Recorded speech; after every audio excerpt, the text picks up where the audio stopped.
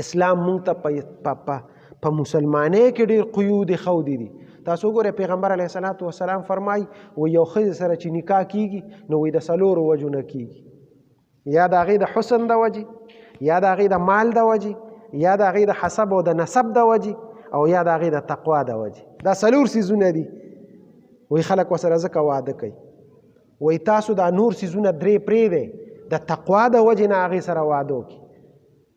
حسن دی یو څو ورځې بی ختم به شي، مال دی نن شته سبا به نه وي، حسب او نسب دا 3 څیزونه دا فاني څیزونه دي.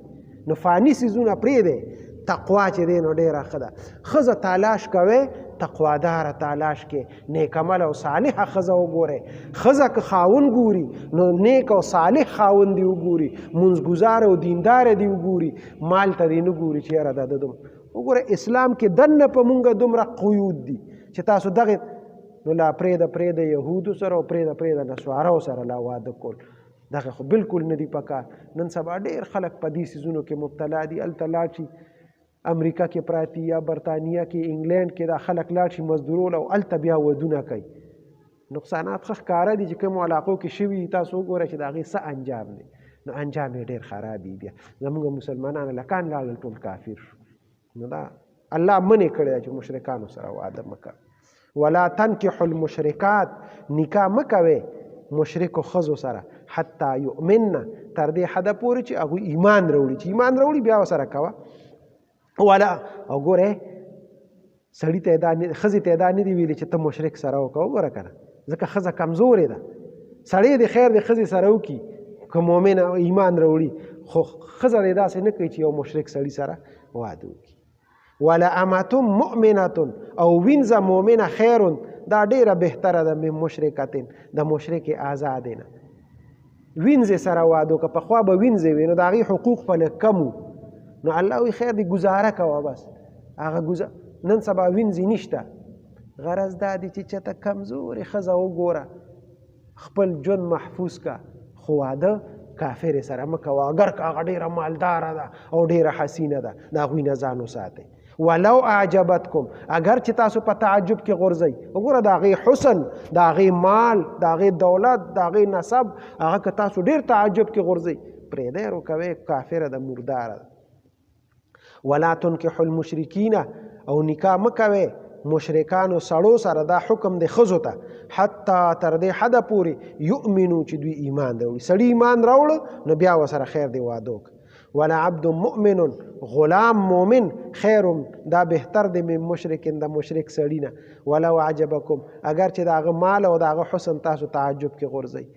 اولئک، دا کسان یدعون الی النار. وګورئ الله وی دا مشرکان چې دي که نه، دا یهود او نصارا، دا تاسو کوم طرف ته بوزي؟ دا بلل کوي اور طرف ته، دا تاسو جهنم طرف ته ګوري بوزي. خیال ساتئ.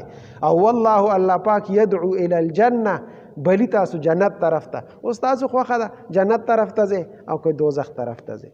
والمغفرة، او بخنې طرف ته بوزي بإذنه، په حکم خپل سره. ويبين آیاته، او بیانوي آیاتونه خپل للناس خلکو ته، لعلهم یتذکرون، ښایي چې نصیحت واخلي. وایي د دې نه نصیحت واخلئ. الله فرمایي کافرو نه ځان وساتئ، د مال دولت نه ځان وساتئ، د حسن او د جمال نه ځان وساتئ. اسلام غوره کړئ، تقوا او پرهیزګاري غوره کړئ.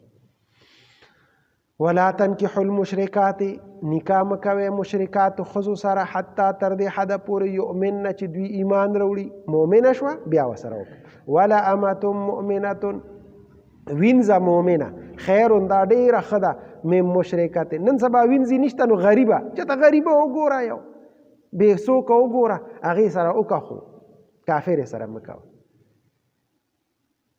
خیر، دا ډیره غوره ده من مشرکتین، د مشرک آزاد نه. ولو اعجبتکم، اگر چې په تعجب کې غورځئ تاسو لره. ولا تنکحوا المشرکین، او ښځو ته حکم دی چې تاسو نکاح مه کوئ مشرکانو سړو سره حتی یؤمنو چې دوی ایمان راوړي.